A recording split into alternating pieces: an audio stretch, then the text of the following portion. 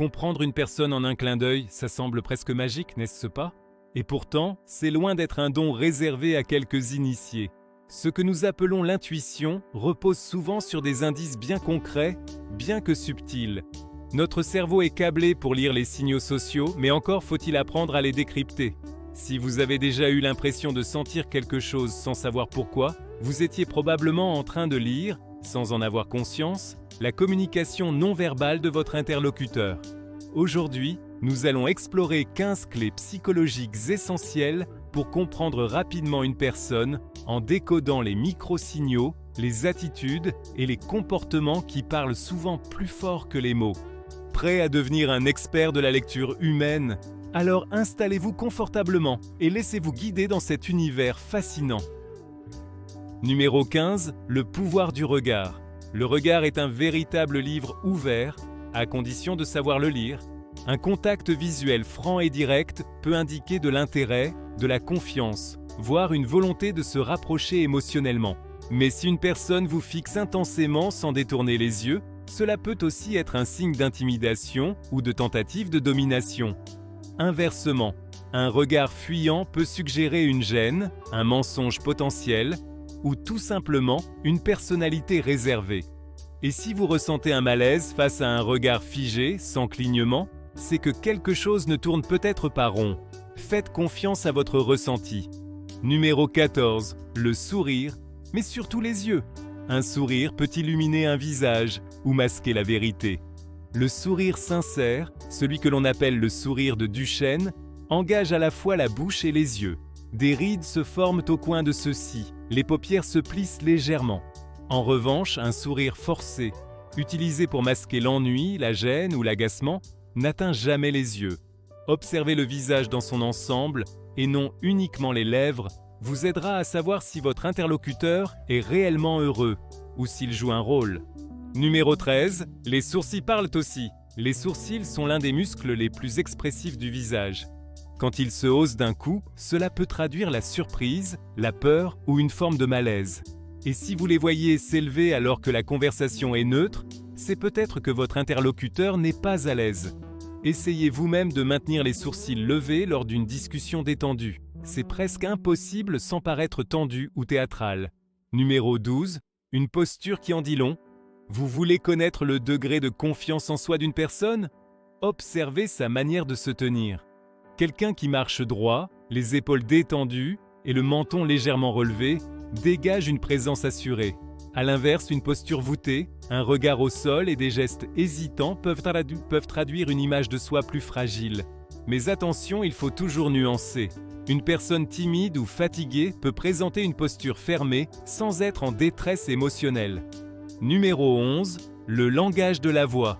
On oublie souvent que ce n'est pas ce qu'on dit qui importe, mais comment on le dit. Le ton, la vitesse, le rythme de la parole et même les silences sont autant de signaux précieux. Un ton monotone peut révéler un désintérêt ou une forme de lassitude.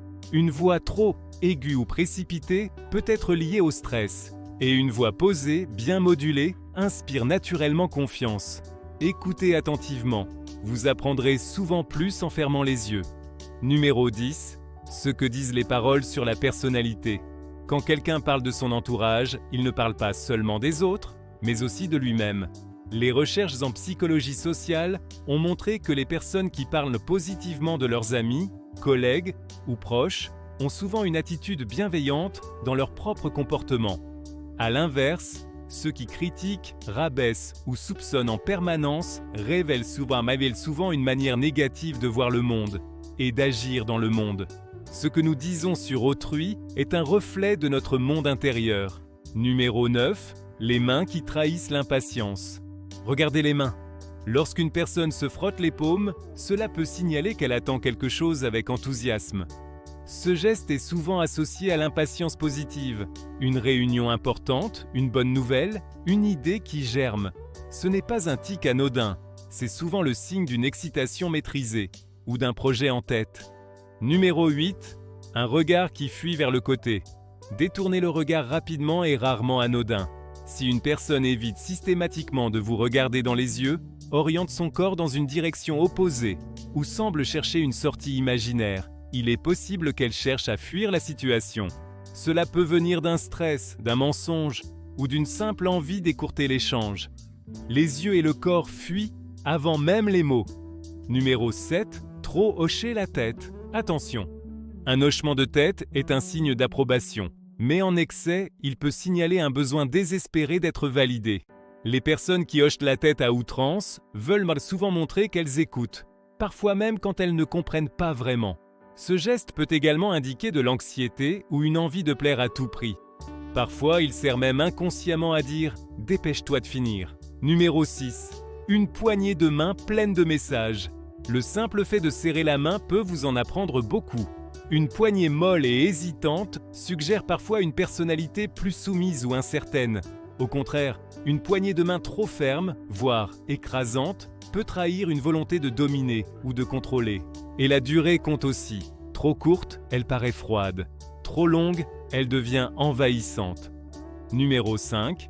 Croiser les bras ou les jambes. Ce geste est fréquent, mais souvent mal interprété. Beaucoup pensent qu'il s'agit simplement d'un confort personnel, mais dans le langage corporel, croiser les bras ou les jambes est souvent une manière de se protéger, de se refermer ou d'indiquer un désaccord inconscient. Il ne faut pas en faire une règle absolue, mais si votre interlocuteur croise les bras alors que le sujet devient sensible, cela mérite attention. Numéro 4. Le corps pointe la direction du cœur. Regardez où pointent les pieds. C'est un excellent indicateur d'intérêt ou de désintérêt. Un corps tourné vers vous, des pieds bien ancrés, une inclinaison légère. Tout cela montre que l'autre est concentré et engagé. Mais si les pieds pointent vers la sortie, ou si le tronc pivote vers un autre groupe, la tête dit peut-être oui, mais le corps dit non. Numéro 3. Menton et mâchoire en action. Lorsque nous réfléchissons intensément, il est courant de toucher son menton ou de poser la main sur la joue.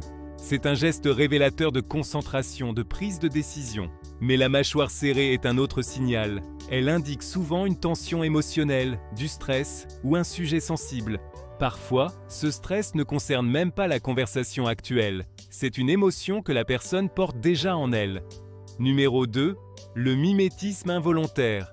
Lorsque deux personnes sont en phase, elles finissent par se ressembler dans leurs gestes. Ce phénomène est connu sous le nom d'effet miroir. Quand quelqu'un adopte votre posture, vos expressions ou vos mouvements, c'est un excellent signe de synchronisation sociale. C'est souvent inconscient, mais cela révèle une volonté d'harmonie, de lien et de compréhension. Numéro 1. Les chaussures, un détail révélateur. Cela peut sembler anodin, mais le choix des chaussures en dit long. Des chaussures parfaitement entretenues peuvent trahir une forme de perfectionnisme ou d'anxiété. Des modèles pratiques et usés indiquent souvent une personnalité chaleureuse et fonctionnelle.